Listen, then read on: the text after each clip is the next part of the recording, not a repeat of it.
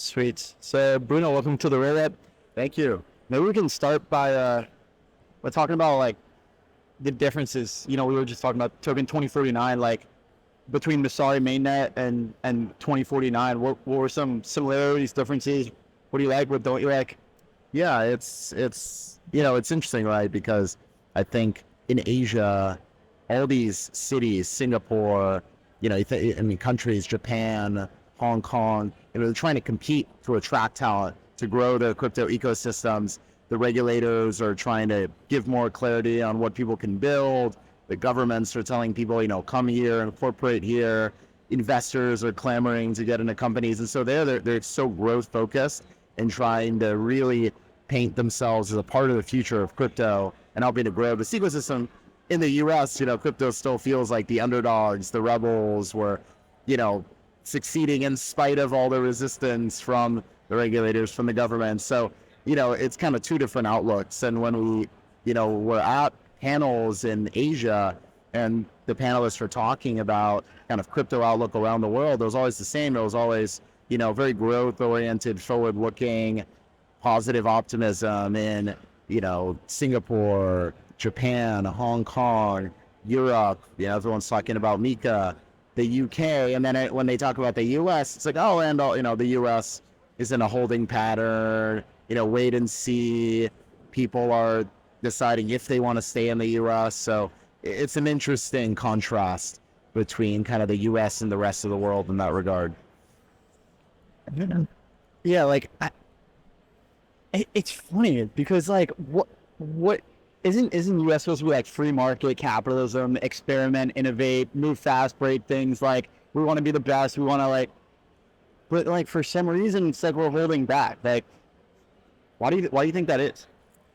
Yeah, I think, like anything else, right, innovation and development kind of follows the path of least resistance, right? And I think even at the event we were at this morning, it was a room full of compliance and risk people, right? And if you think about building in the US in crypto from day one, you already need to start thinking about compliance costs, right?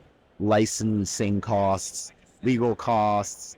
You need to, I talked to a lot of companies that from day one are thinking about, okay, they need a transaction monitoring, 𝗵𝗺, AML. And so I think if you go to another country where you don't have to worry about these things, I could see the appeal if you're a developer, if you're a founder, if you're an entrepreneur. And let's say you're not in the US. Let's say you are based in, Vietnam. I met some people from Ho Chi Minh. You are based in Singapore.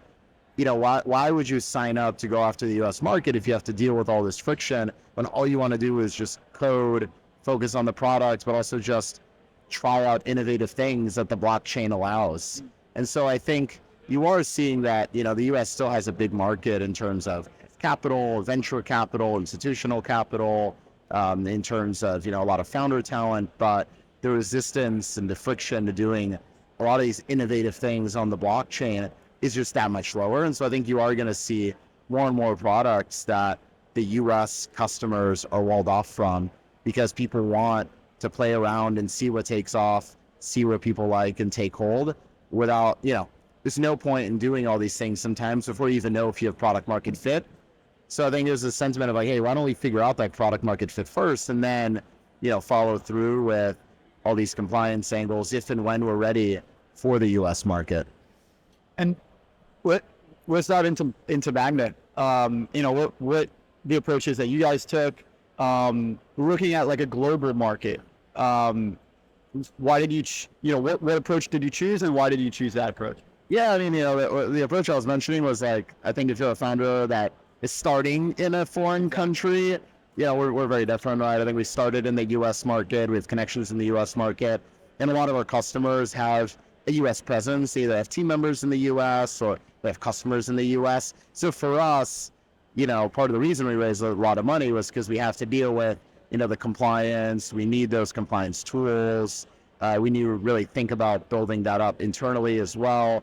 And so for us, we have built our product in a way that is definitely geared toward customers that are sophisticated, that do have a US presence, that are, the whole reason they're using Magna is because they're trying to really do things in a proper organized way. So a lot of times the customers that we work with, they have, either a CFO or a COO, or perhaps a head of HR. And it's a lot of those back office teams that we're working with that really want to have, very organized internal systems for, in our case, how they manage their investors, how they manage their employees, and how, our main value proposition is, getting tokens to your stakeholders on time, precisely, correctly, and in a transparent way.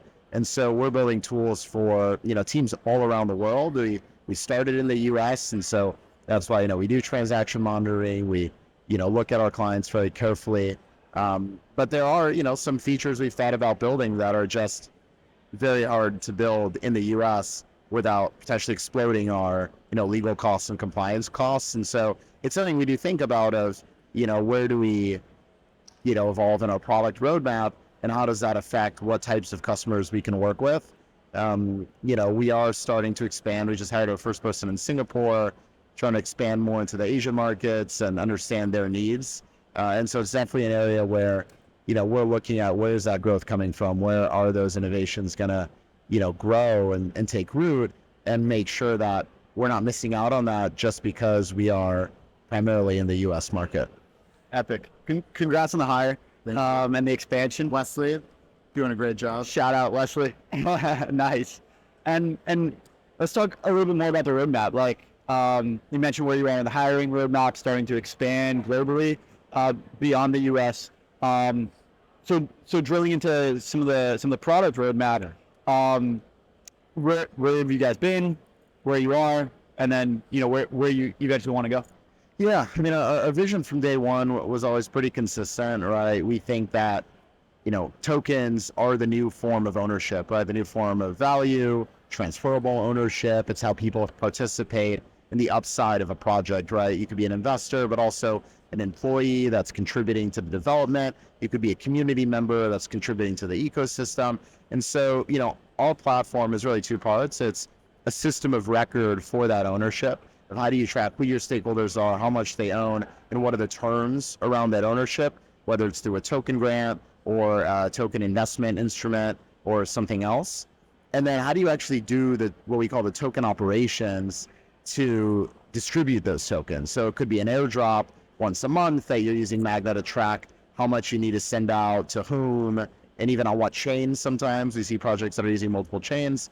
And then a second way that people use Magna is to do a full kind of on-chain distribution. So they want to lock up the tokens in a smart contract, define in a smart contract, what are the terms of that distribution, exactly when do they unlock, and then it automatically becomes available to the stakeholder to claim when those unlock milestones hit.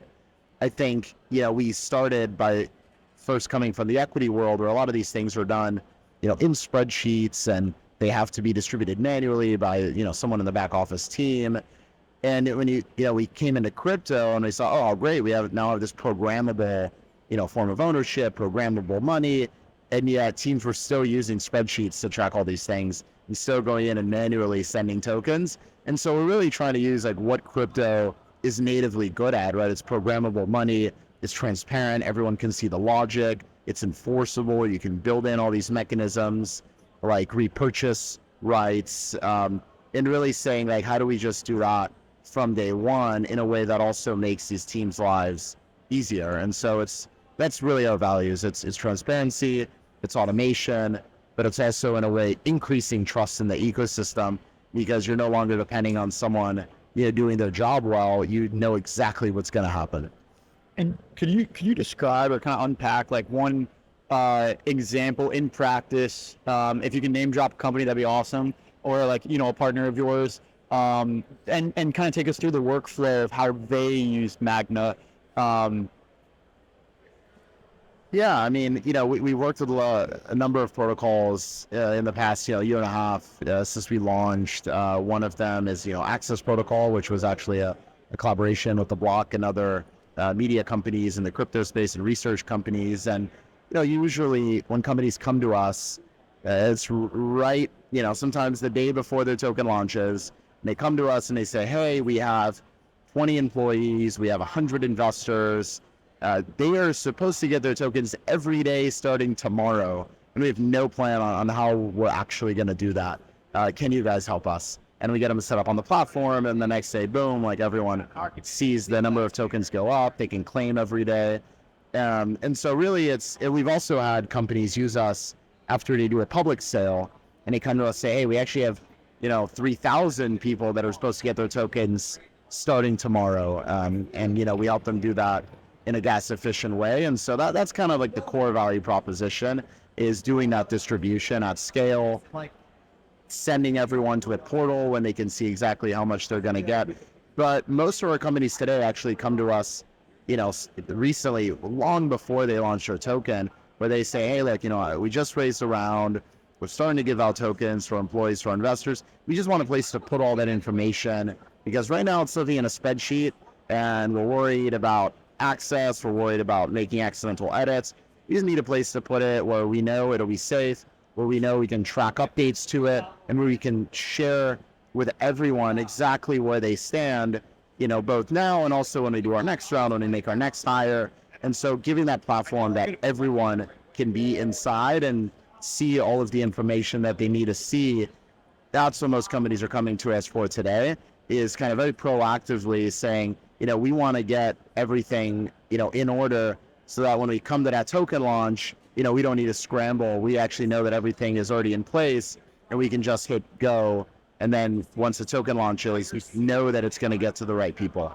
So a lot of like proactive, kind of stakeholder management is how we work with companies these days primarily. Like, don't go to try out using this thing, try if they think they might.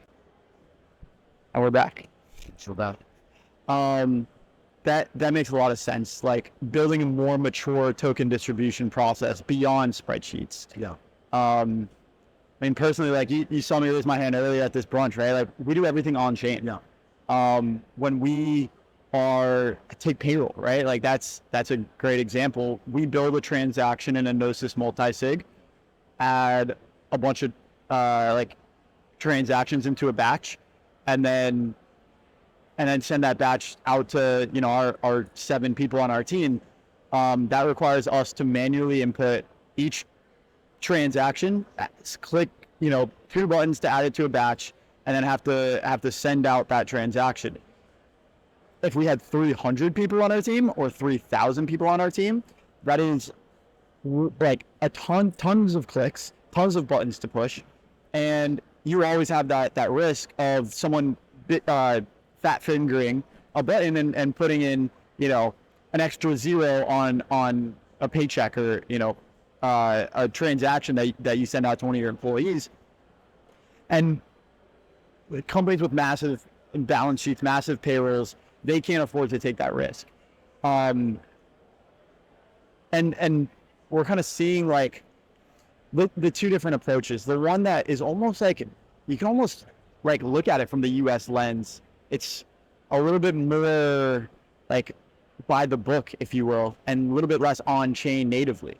And there's a whole separate set of use cases and business practices for the companies that are using those more mature types of systems.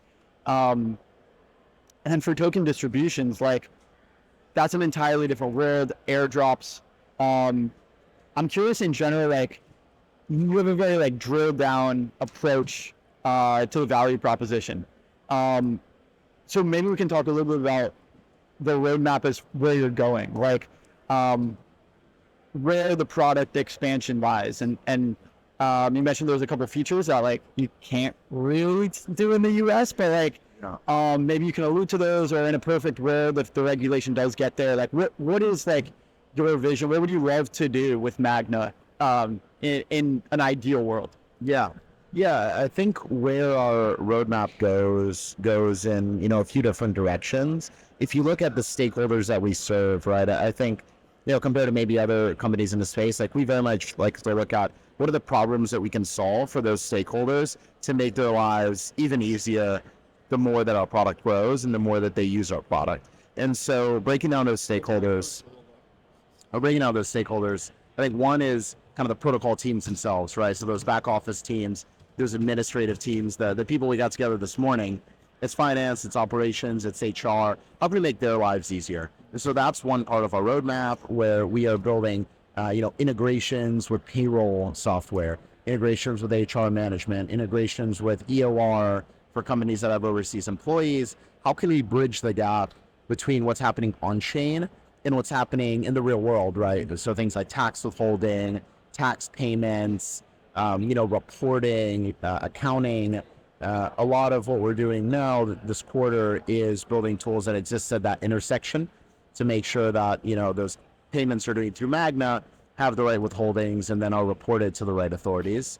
The other stakeholder that we're really trying to build a lot of utility for is the recipient, right? That employee, that investor, that advisor.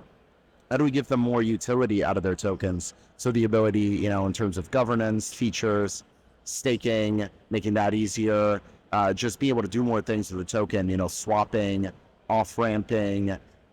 Those are all things that we want to build into the product so that when you get that token, if you're not a crypto native person, you're like, what do I do with this, right? Okay, this is great, but I want to participate, I want to vote, I want to sell, I want to say, you shouldn't have to go figure it out on your own because, a lot of these, not even retail holders, sometimes even investors, if they're not really Web3 native, they're not going to necessarily know they need to, withdraw to their MetaMask and then log into the snapshot. So trying to make those workflows more seamless to that person that's getting tokens. And then I think, the third is solving more problems for the protocol as a whole. And so right now, we help them distribute their own projects tokens. How can we make other workflows easier? We're looking at areas like treasury management that we see a lot of companies come to us with. And, we sit in a place where we work with a lot of these protocols, really early on when, they still have a lot of questions about how to structure their token compensation. Who should they use, the lawyers, an accountant? Who should, they're launching their token. Okay, hey, Magna, do you know a good market maker? Do you know any one of the exchanges? So even for us, right, we think about how can we help these protocols even outside of the product, right? It's making these introductions. I think we want to build up a directory of people that we trust that can make their lives easier so they don't have to figure that all out on their own and then figure out, okay, now what parts of this can we, build into the product so that they don't even have to go outside of the platform to answer some of those questions. So there's some stuff in there that, we're still early in figuring out, but I'd say, our mission is really to make the lives of protocols easier so that they don't have to worry about how, to run the protocol, how to scale it from a back office perspective. They should be worried about how to scale their products, right? Not their operations. That's where we want to, be able to improve and have an impact on, because when the next bull market hits, you're going to definitely have a shortage of crypto native back office specialists, right? Crypto native operations, finance, HR. We want to make it so that those people that are going to be coming into the ecosystem anew, right, from Web 2, that they don't have to figure this all out on their own from scratch. They don't have to reinvent the wheel. Yeah. I see the vision. As we kind of look forward into new cycles, I saw Robert Leshner's panel yesterday about real world assets and how there's an adoption curve from the most boring to the least boring. And I think there's a close parallel to complexity when we talk about boringness, and maybe tokenizing cash is very, very easy. But look at Circle. They have a very centralized company that has HR, they have operations, they have all these systems. Once we start getting into equities, real estate, commodities, there's multiple other industries that are coming into this Web3 world, this tokenized world, and they're going to have to figure it out. They're not going to be natives. They're going to have to figure out how to operate in this space, and that's where Magna fits in. You guys can solve operations as crypto and DeFi start to build into the traditional world. It sounds like Magna's there to bridge that gap. That's the goal, right? Because I think it's only going to get more complex to run a crypto company over time. I think, if you look at a couple of years ago, it was more challenging, but, you were also maybe not working in as many countries or not working on as many chains. And now people are dealing with multi-chain challenges, cross-chain, multi-jurisdiction, payroll, employees all around the world.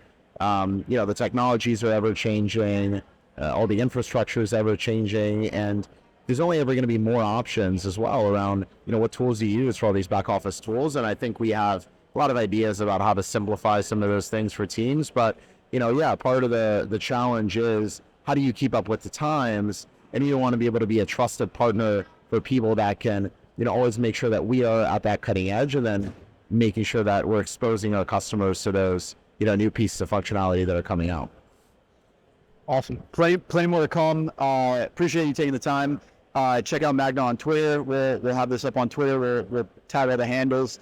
And check out those conversions, right? Like between on-chain and off-chain, between decentralized corporate structures like DAOs and centralized corporate structures like LLCs with HR and operations departments. Magna's there to bridge that gap and really accelerate the adoption into the mainstream. Yeah.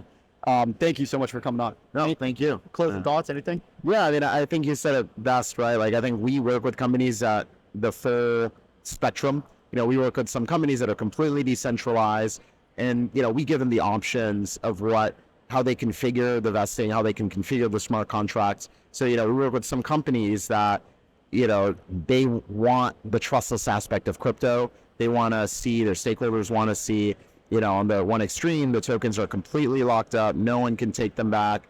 No one can change them. They're going to a wallet. There's nothing to stop that from happening. You don't have to trust the administrators. On the other extreme, we see companies that, a U.S. entity, U.S. employees, they have contractual agreements. They value more the flexibility of being able to, if someone loses access to their wallet, I now want to vest these tokens to a new wallet, right? If an employee gets terminated, okay, we need to stop that vesting.